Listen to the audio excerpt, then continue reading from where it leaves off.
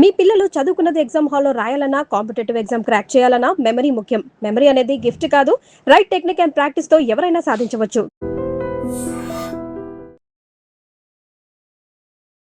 Sir ఫైనల్గా SIPRI report ఏమొస్తుంది, దాని మీద మీ opinion? Sir nuclear weapon sir మనల్ని మన దేశాన్ని పాకిస్తాను గత ఆల్మోస్ట్ 2.5 దశాబ్దాలుగా న్యూక్లియర్ బాంబ్ వేస్తాం అని భయపెడుతున్నాడు, మనందరికీ తెలిసిందే. సో ఈ విషయాన్ని మనం నార్మల్గా తీసుకోకుండా చాలా సీరియస్గా తీసుకొని గత 4-5 సంవత్సరాల నుంచి మన న్యూక్లియర్ ఇన్వెంటరీని పెంచుతున్నాం సార్. అండ్ ఈ న్యూక్లియర్ ఇన్వెంటరీలో కూడా మనం చాలా ముఖ్యంగా గమనించాల్సిన విషయం ఏంటంటే న్యూక్లియర్ వెపన్స్లో కూడా 3 రకాలు sir. Strategic weapon, operational weapon, tactical weapon.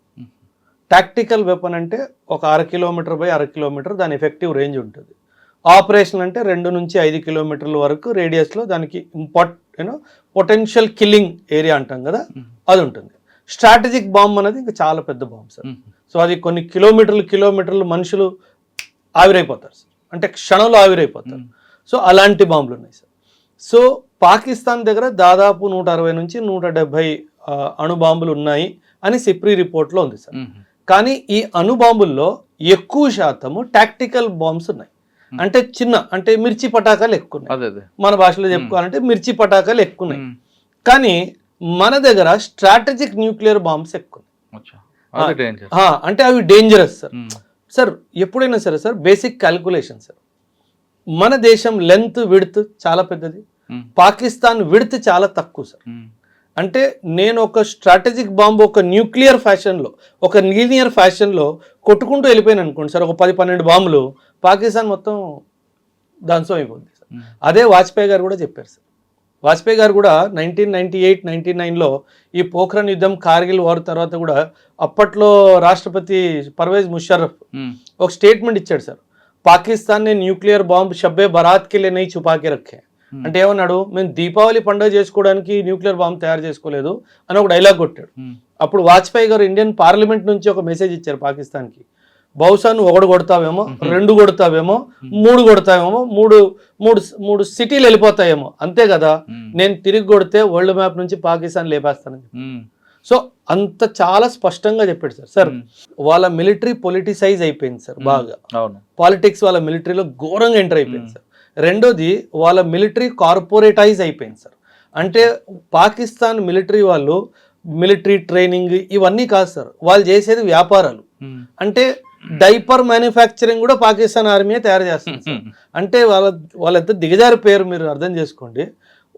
అరే కార్పొరేట్ వర్క్లో దానికి ఏం పని? పెట్రోల్ పంపులు నడపడం వాళ్ళ పనే, మాల్స్ నడుపుతున్నారు వాళ్ళ పనే, ఇంపోర్ట్ ఎక్స్పోర్ట్ ట్రేడ్ చేస్తున్నారు వాళ్ళ పనే. ఒరే మిలిటరీ కదరా మీరు అంటే అవన్నీ మాకు తెలియదు, మా సార్ ఇట్లా చెప్పారు. అదే జరుగుతుంది సార్ అక్కడ. అందుకే మీరు ఆఫ్ఘనిస్తాన్తో ఈ 2-3 నెలల ముందు జరిగిన వార్స్ యుద్ధాలు చూసుకుంటే వాళ్ళు వచ్చి వీళ్ళు ట్యాంకులు తీసుకెళ్ళిపోయారు సార్, వీళ్ళు యూనిఫామ్తో సహా తీసుకెళ్ళిపోయారు. అంటే బట్టలు ఇప్పి పరిగెట్టించామంటాం కదా, అది చేశారు సార్. సార్ మీకు ఐ డోంట్ నో మీకు ఈ స్టేట్మెంట్ గుర్తుందో లేదో, కానీ రీసెంట్గా అంటున్నా, వాజ్పేయి గారు ప్రధానమంత్రి ఉన్నప్పుడు కార్గిల్ వార్ జరిగింది కదా సార్. కార్గిల్ వార్ గురించి, మన వార్ హీరోస్ గురించి మాట్లాడుతూ మన వాజ్పేయి గారు ఒక స్టేట్మెంట్ ఇచ్చారు సార్. నేను మన సోల్జర్స్వి ఎన్నో డెడ్ బాడీస్ చూశాను, కానీ ప్రతి ఒక్క సోల్జర్కి బుల్లెట్ ముందు నుంచి దిగింది అన్నాడు. అంటే నేను ఒక్క సోల్జర్ బుల్లెట్ వెనక నుంచి దిగింది నేను చూడలేదు అన్నాడు. అంటే ఏంటి, ధైర్యంగా పోరాడాడు నా సైనికుడు అని చెప్పాడు సార్. సో అలాంటి దేశం నుంచి పాకిస్తాన్ ఎప్పుడు గెలవగలుగుతుంది సార్? అసలు జరిగేది కాదు సార్. సో వాడి గురించి అంటే ఒక సామెత ఉంది కదా సార్, ఏనుగు నడుస్తున్నప్పుడు కుక్కలు మురుగుతాయి ప్రతి కుక్కకి మనం సమాధానం చెప్తే చెప్పుకోవాల్సిన అవసరం లేదు సార్. అదే మనం గమ్యం చేరే క్రమంలో కుక్కలు ఎన్నో మరుగుతుంటాయి, అంతే. ప్రతి కుక్కగా ఆన్సర్ ఇచ్చుకుంటూ పోతే మనం గమ్యం చేరలేము, అంతే. అసలు మనం చేయాల్సిన అవసరం కూడా లేదు కదా సార్. ఏనుగు తినకు వాళ్ళు ఎందుకు సార్? ఇప్పుడు మీరు అందాక ఒక టాపిక్లో తీసుకొచ్చారు, మిలిటరీ, ఆర్మీ, పొలిటికల్. కానీ అక్కడ పాకిస్తాన్లో చరిత్ర తీసుకుంటే వాళ్ళని దింపేది ప్రతిపక్షాలు కాదు, మిలిటరీ వాళ్ళు దింపేది ఆర్మీ దింపుతుంటది. ఆర్మీ వాళ్ళే వాళ్ళని తీసుకొస్తారు. మీరు బెనర్జీ భుట్టో తీసుకోండి, నవాజ్ షరీఫ్ తీసుకోండి, ఎవరైనా సరే, ఇమ్రాన్ ఖాన్ తీసుకోండి, ముషర్రఫ్ తీసుకోండి, ఆర్మీ వాళ్ళు దింపుతుంటారు సార్. 1947 నుంచి ఇప్పటి వరకు పాకిస్తాన్ చరిత్రలో ఒక ప్రధానమంత్రి 5 సంవత్సరాలు పూర్తి చేసిందే లేదు.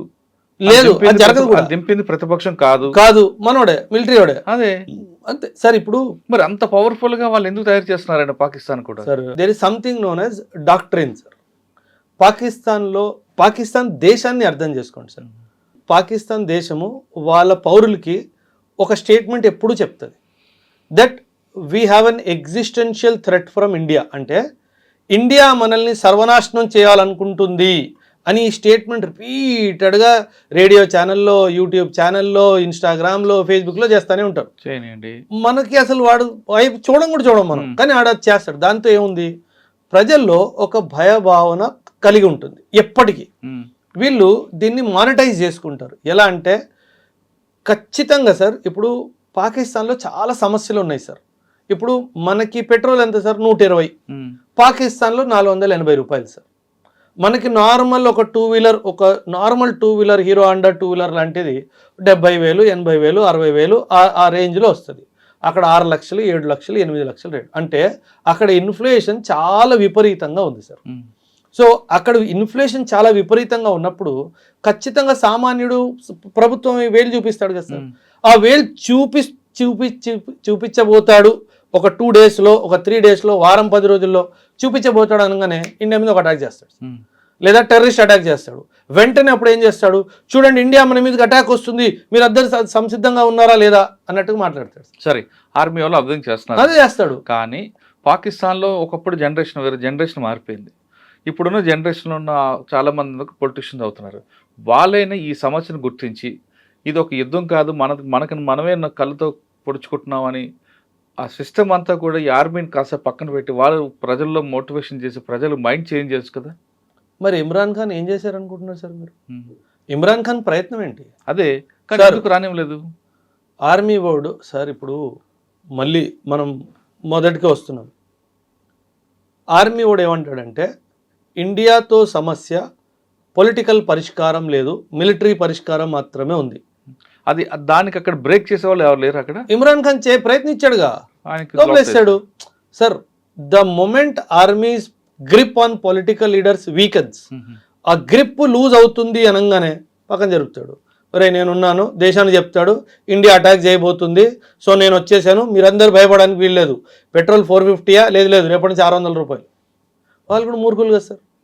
సో వాళ్ళు ఆ విధంగా పాకిస్తాన్లో ఆర్మీలో అందరూ అలాగే ఉంటారా సీనియర్ ఆఫీసర్లు? సార్ పరమ దుర్మార్గులు సార్ వాళ్ళు. అంటే ఒక రెజిమెంటేషన్ స్పిరిట్ లేదు సార్ ఆర్మీ ఆఫ్ పాకిస్తాన్లో. సార్ సింపుల్ సార్, మీరు నా సీనియర్ సార్, మీరు నా ఆర్మీ కమాండర్, నా సీనియర్, నేను మిడిల్ లెవెల్ ఆఫీసర్. నేను ప్రతిసారి మీకు ఫోన్ చేసి సార్ మనకు ఆయుధాలు తగ్గిపోతున్నాయి, కొన్ని ఆయుధాలు కొనండి అంటే అది కాదు, ఫస్ట్ అది చెప్పు. ఆ డైపర్లు ఆర్డర్ వచ్చింది కదా, 1 కోటి డైపర్లు, 1 crore డైపర్స్ ఎక్కడ దాకా ప్రొడక్షన్ వచ్చింది అని మిమ్మల్ని అడుగుతారు. నాకేమనిపిస్తుంది, వీడు నేను వెపన్స్ గురించి మాట్లాడితే డైపర్స్ గురించి మాట్లాడితే దుర్మార్గుడు అని చెప్పేసి. సో మీకు నాకు ఆ కోఆర్డినేషనే లేదు. సో సరే, ఎప్పుడైనా సరే ఒక సైనికుడు యుద్ధ భూమిలో ప్రాణత్యాగానికైనా సిద్ధపడతాడంటే ఎప్పుడు అంటే నా లీడరు, నా వెనకున్న లీడరు నా గురించి ఆలోచిస్తున్నాడు, నా వెనక ధైర్యంగా ఉన్నాడు అన్న ఆలోచన ఉంటేనే ఒక జూనియర్ వెళ్ళి యుద్ధం చేస్తాడు. నా senior is busy in diaper production అంటే వాడు ఎందుకు ఉంటాడు సార్ అక్కడ? కరెక్ట్. వాడు అవకాశం చేసి వాడు పారిపోడా, ఎందుకంటే వాడికి డబ్బు కావాలి కదా సార్. వాడికి పెళ్ళాం పిల్లలు ఉన్నారు, వాడికి అమ్మా నాన్న ఉన్నారు, ఇంట్లో భూములు పొలాలు ఉన్నాయి సార్. పాకిస్తాన్ ఒక చాలా పెద్ద తప్పు చేసింది సార్ స్టార్టింగ్లోనే. వీళ్ళు ఏం చేశారంటే సార్, ఒక ఆర్మీ ఆఫీసర్ ట్రైనింగ్ అయిపోయి లెఫ్టినెంటో క్యాప్టెన్ అయ్యాడు అనుకోండి, ఓకే 2 ఎకరాల భూమి. క్యాప్టెన్ నుంచి మేజర్ అయ్యాడు అనుకోండి, 5 ఎకరాల భూమి. మేజర్ నుంచి లెఫ్టినెంట్ కర్నల్ అయ్యాడు అనుకోండి, 10 ఎకరాల భూమి. సో వాడు బ్రిగేడియర్ మేజర్ జనరల్ అయ్యే వరకు వాడు పెద్ద భూస్వామి అయిపోతాడు. సో ఇప్పుడు మీరే మేజర్ జనరల్ సార్, మీకు పాకిస్తాన్ ఆర్మీ వాడు యుద్ధానికి వెళ్ళరా అని చెప్పారు. మీ వెనక మీకు 150 ఎకరాల పొలం ఉంది, మీరు వెళ్తారా యుద్ధానికి? పిచ్చోళ్ళ మీరేమన్నా యుద్ధానికి వెళ్ళడానికి? మీరేమంటారు, నాకు ఒంట్లో బాగాలేదు నేను అనట్లేదు అంటారు. అక్కడ అదే జరుగుతుంది. So Pakistan full fledged war వెళ్ళే సమస్య లేదు సార్, ఎప్పటికీ వెళ్ళదు. అండ్ ఇంకో విషయం ఏంటంటే పాకిస్తాన్ దగ్గర ఉన్న ఆయుధాలన్నీ చైనావి కానీ అమెరికావి కానీ సార్, ఈ 2 దేశాల ఆయుధాలే అతి ముఖ్యంగా పాకిస్తాన్ దగ్గర ఉన్నాయి. కొన్ని ఆయుధాలు ఇరాన్ నుంచి, సౌదీ నుంచి కూడా వస్తాయి. వాడి దగ్గర ఏముంది సార్, వాడి చెప్పులు వాడు కుట్టుకోలేడు, డైపర్ ఎక్స్పర్ట్ వాడు. సో వాడి దగ్గర ఏం లేదు సార్. సో ఏంటంటే ఒకవేళ పాకిస్తాన్ మన చేతుల్లో చిత్తుగా ఓడిపోయింది అనుకోండి, అప్పుడు ఓడిపోయింది ఎవరు? అమెరికా ఆయుధము, చైనా ఆయుధము, టర్కీ ఆయుధం. సో అందుకే ఈ యుద్ధాన్ని ఎప్పుడు కంప్లీట్గా మనల్ని గెలనివ్వరు సార్. ఖచ్చితంగా జరగదు సార్. అది జరిగితే వాళ్ళ ఆయుధాలు బాగాలేదని ప్రూవ్ అయిపోతుంది. అమెరికా ఇరాన్ సీజ్ ఫైర్ తీసుకుంటే ఇది టెంపరీ మాత్రమే, దీన్ని పూర్తిగా నమ్మలేమంటున్నారు ఓబ్రే గారు. అలా అని పాకిస్తాన్కి శత్రువు ఎవరంటే ఇండియా కాదు, పాకిస్తాన్ ఆర్మీయే ప్రధాన శత్రువు. ఆర్మీ ఉన్నంత వరకు పాకిస్తాన్ ప్రజలు కాదు, పాకిస్తాన్ దేశం కూడా డెవలప్మెంట్ కాదు అనేది చాలా స్పష్టంగా తీసి పారేశారు. ఇది ఈ వారం ఓబ్రే గారితో ఎక్స్ప్లెయిన్ చేస్తూ మరో వారం మరో ఇంటర్నేషనల్ అఫైర్లో కలుద్దాం. అంతవరకు నమస్తే, థ్యాంక్ యూ అండి, thank you very much. Thank you sir.